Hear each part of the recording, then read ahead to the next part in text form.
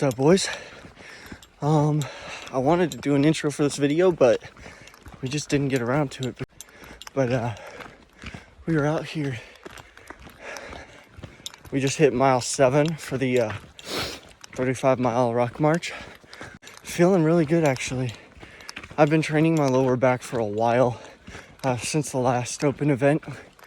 Focused on that and all my back and leg days for the last month, and it's really feeling better. It's also super helpful that we're walking on flat ground. All the rucks I've done previously have been, 8 miles, but basically up and down ridge lines and small mountains and whatnot. So hasn't been a really good gauge for this kind of a march. That's the main reason I'm coming out here, because I want to see on flat ground with like a normal march with 45 pounds what I could hit, At 7 miles, we're looking at just shy of 2 hours. So it could be a whole lot worse. And it will be a whole lot worse towards the end of this, as I'm sure you will see. Just hit mile 13.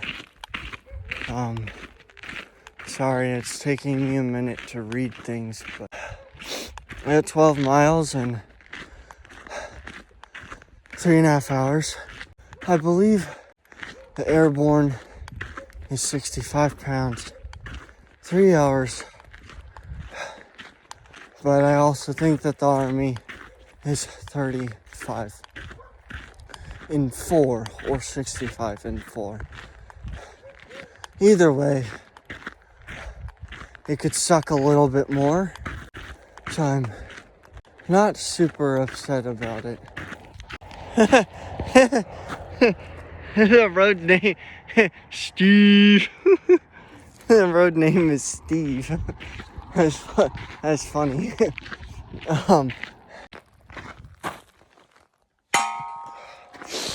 4.5 more miles until I'm halfway done. As is, no matter where you are halfway done. So I hate thinking about that.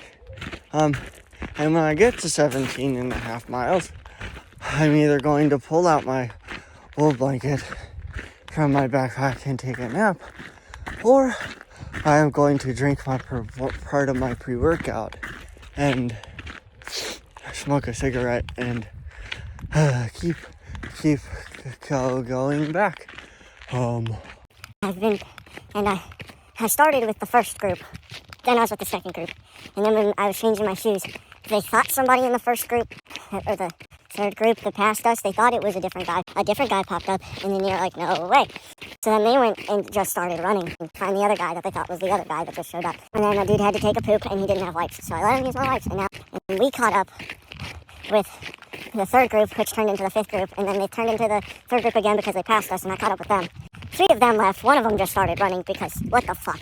And the other 2, I was with them until just now when I had to stop because I had to take a poop.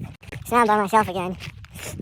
And I've been talking for 4 minutes, and I bet it's all incoherent, but I'm still bored. I'm not really that bored. I'm freezing. I'm really cold, and so I'm just trying to talk so I think straight. Anyways, I'll let you guys know if I end up taking my pre-workout or taking a nap. Goodbye. So, I passed out at about 14.5 miles, and then woke up and pushed for another 0.5. I got to 15 miles. But hypothermia hit me. Thankfully, I was between 2 medics. One dude ran the whole thing and caught me on the way back at about 430. And the other one, he passed me when I was passed out and turned around when the other one caught me. Yeah, thankfully I had my wool in my if I didn't have that, I would have been fucked. But thankfully, some of the other dudes, like, had an emergency blanket and had, you know, a really good jacket. And so I was able to have those, you know, as they passed me on the way back. Things I didn't know going into it, right? I didn't know how much I should eat prior. I ate about a third of what I should have consumed because I was walking around in the sun all day. I was also dehydrated. And I drank about half of as much as I should have.